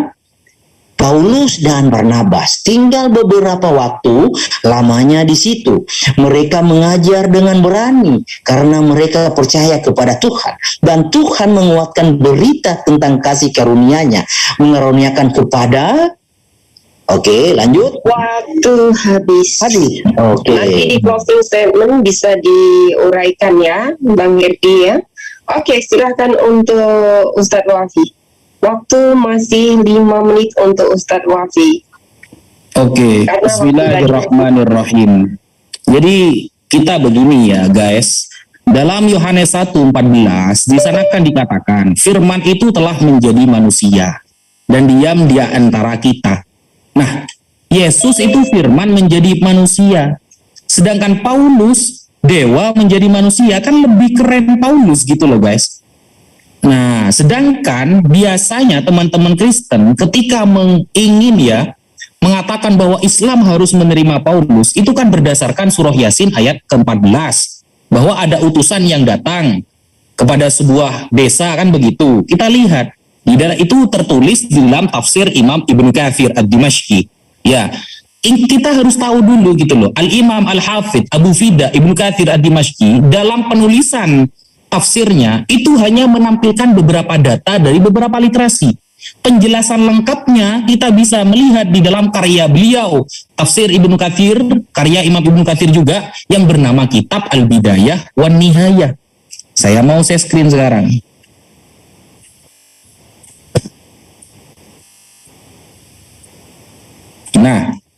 Kita lihat di dalam kitab Al-Bidayah wan Nihayah bahwa yang dimaksud utusan, ya, utusan di dalam surah Yasin ayat ke-14 itu riwayatnya palsu. Ingat ya, saya katakan Imam Qatadah hanya menyimpulkan saja adalah yang sebenarnya mereka hanya sebatas utusan Nabi Isa alaihissalam belaka. Sebagaimana juga Imam Juraij yang mendapatkan riwayat ini dari Wahab bin Sulaiman dengan jalur dari Imam Syu'aib al-Jubba'i.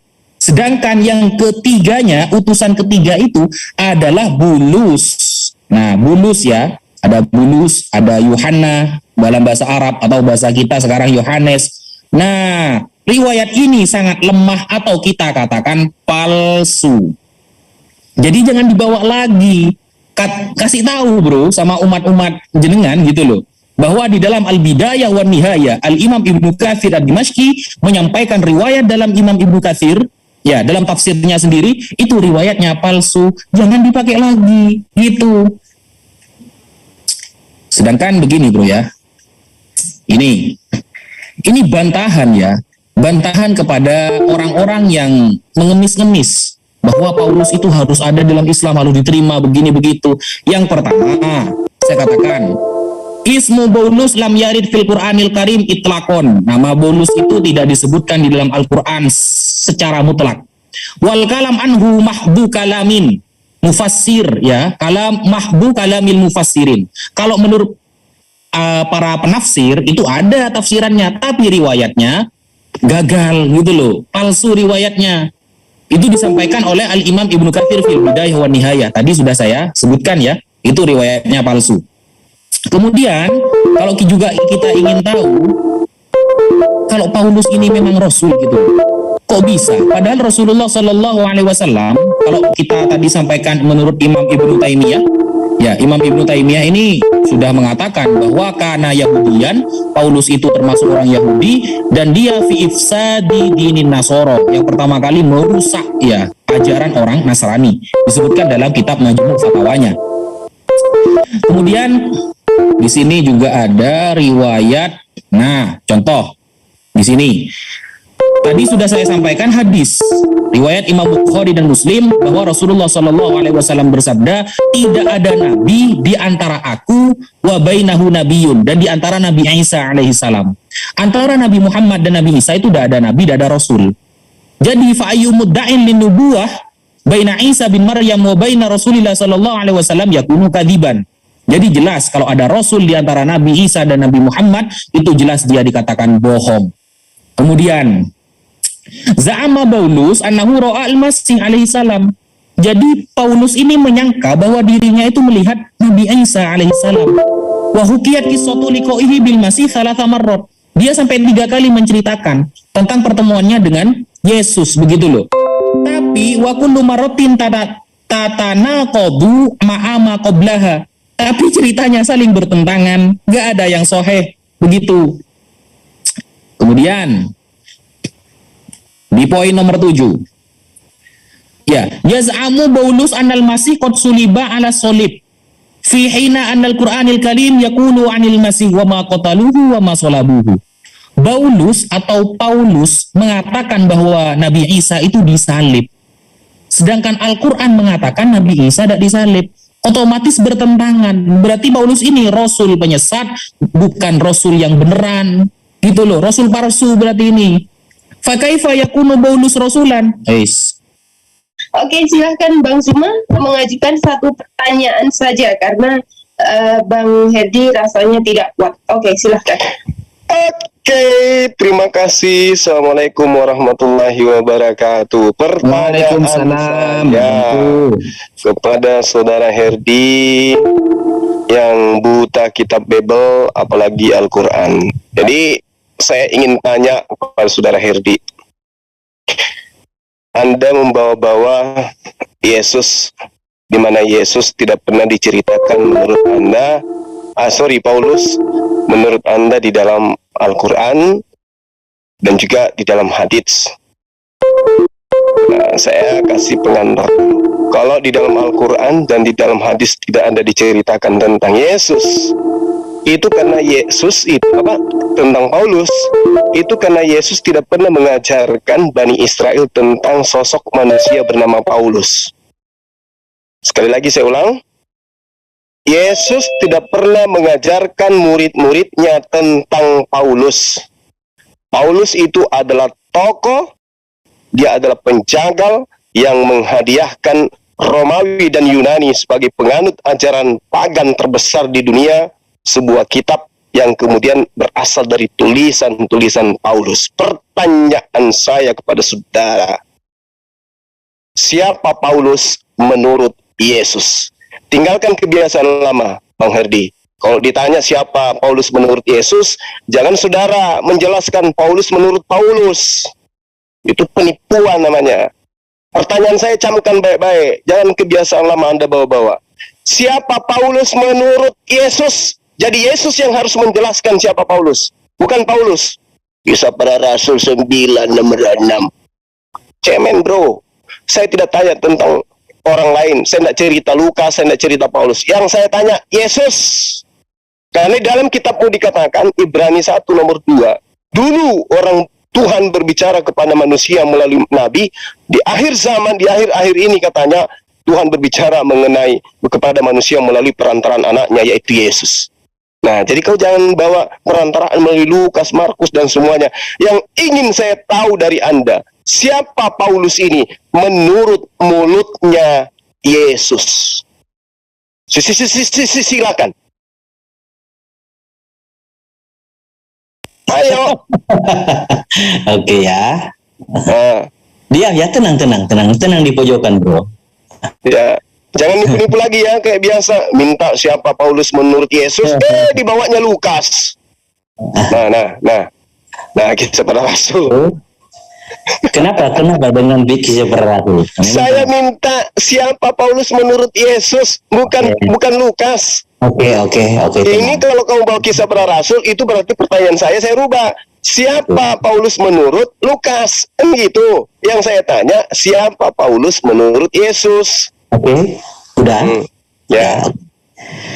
Tetapi kata Yesus kepadaku. Ini menurut siapa? Yesus berkata. Oh enggak, ini tulisan Lukas ini. Ya wes, itu kita nggak bisa diskusi bro, karena kalau nggak bisa begitu, makanya aku bilang, kamu bertanya di Al-Quran dan hadis tidak ada bercerita tentang Paulus. Jangankan Al-Quran dan hadis, Yesus pun tidak pernah bercerita tentang si penjagal ini. Nah, mana buktikan kalau pernah Yesus berbicara? Tetapi kata Tuhan di sini Yesus. Lalu maksudmu seperti apa bro? Ini yang berbicara ini kan Lukas, Ibrani 1 nomor 2, Tuhan berbicara melalui perantaraan anaknya. Oh jadi Lukas, tetapi kata Tuhan jadi Lukas Tuhan, begitu? Loh, ini cerita siapa yang ngarang cerita ini? Siapa yang ngarang ini cerita? Ditulis, makanya. Kalau saya tanya sama yang saya minta pernyataan Yesus tentang Paulus, bukan pernyataan Lukas tentang Paulus. Gimana? Ada nggak dalilnya Yesus berkata tentang Paulus? Ini aja bro, nanti jadwalkan kalau you mau diskusi dengan saya, jadwalkan saja. Kamu belajar lagi 200 tahun. Ya, nanti dijadwalkan saja. Jadi nggak ada pernyataan Yesus tentang Paulus, nggak ada. Nah, maksudmu pernyataan Yesus seperti apa? Ya seperti di dalam 1 Yohanes misalnya kan, 1 Yohanes nomor 43 atau nomor 43, bagaimana kemudian Yesus itu memanggil memanggil Pilatus ikutlah denganku. Di ayat ini kan sudah jelas Yesus itu menampakkan dirinya, menyatakan dirinya kepada Paulus. Nggak bisa. Kata Yesus, setelah dia pergi yang datang adalah Roh Kudus. Nggak boleh gimana? Sekarang saya tanya, yang datang setelah Yesus siapa? Repot juga ya bro kalau tidak. Repot memang, karena musuh terberatmu adalah kitabmu.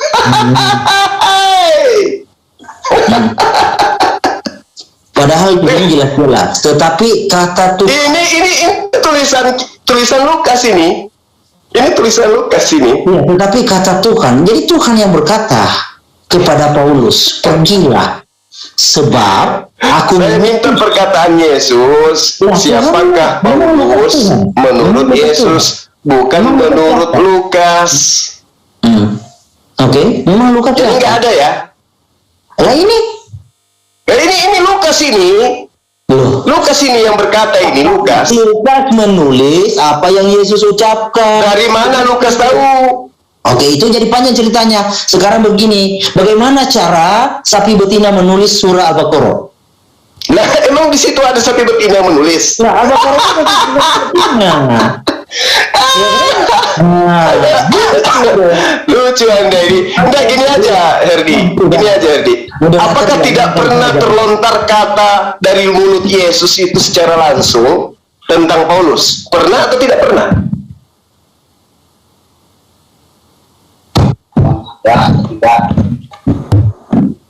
Kan Yesus mengatakan menurut pengarang kitab Anda, aku tidak berkata-kata dari diriku sendiri. Lukas kok berkata seenaknya, memfitnah-fitnah Yesus, bahwa Yesus pernah berkata tentang Paulus. Mana pernyataan Yesusnya? Nah, saudaraku semuanya, kita sudah dengarkan tadi ya bagaimana argumen dari si Herdi yang mewakili Kristen ini, dan di sini sangat terlihat jelas bahwa dia memaksakan suatu dogma ya yang tidak akan pernah terbukti kebenarannya dan akan tetap berada di dalam peti karena memang tidak mempunyai dasar yang kuat untuk membuktikan suatu kebenaran ya. Dan kita sudah membuktikannya sendiri tadi bahwa si Herdi ini tidak mampu untuk membuktikan pertanyaan demi pertanyaan yang diajukan oleh Ustadz Wafi maupun Ustadz Azuma ya. Jadi memang sangat menyedihkan orang-orang ini ketika mereka berusaha terus ya untuk menjadikan dogma untuk menjadi satu kenyataan. Nah, kemudian yang menarik tadi argumen dari Syahdi ini yang perlu sedikit kita komentari ya, yaitu perihal dia menuntut Allah Subhanahu wa taala kalau memang Maha mengetahui tentulah akan menyebut Paulus di dalam Al-Qur'an.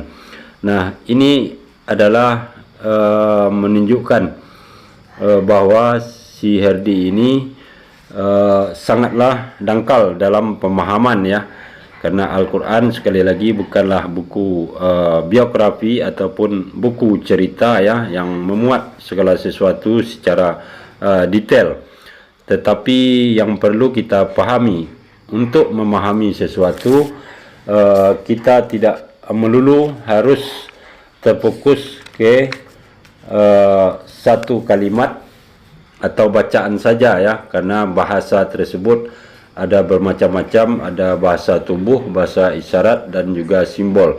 Nah, begitu juga di dalam kitab suci Al-Quran ketika Allah Subhanahu wa taala berfirman menjelaskan tentang sesuatu, maka bisa saja di dalam satu kalimat itu mempunyai makna yang sangat luas sekali ya, dan tidak mesti harus sesuai dengan keinginan manusia, apalagi Syahdi yang tidak paham tentang kitab suci Al-Quran.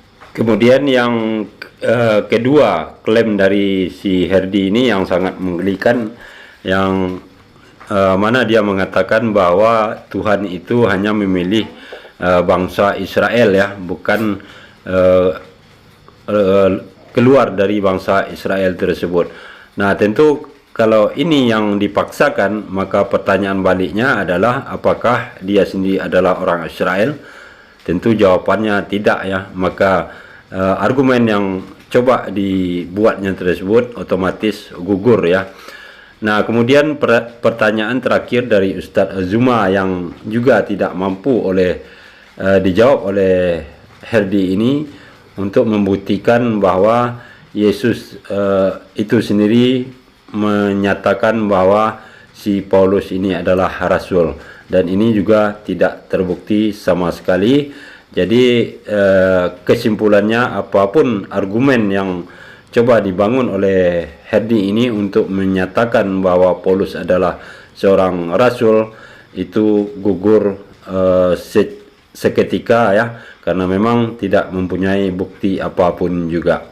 Apalagi kalau dihadapkan dengan kitab suci Al-Quran, maka semakin bukannya saja Paulus ya, tetapi juga Yesus yang dituhankan akan ikut gugur.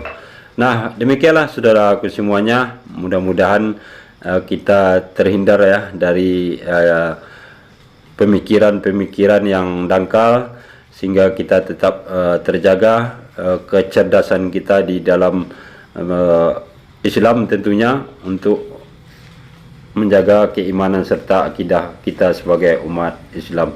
Terima kasih atas perhatiannya. Saya akhiri. Assalamualaikum warahmatullahi wabarakatuh.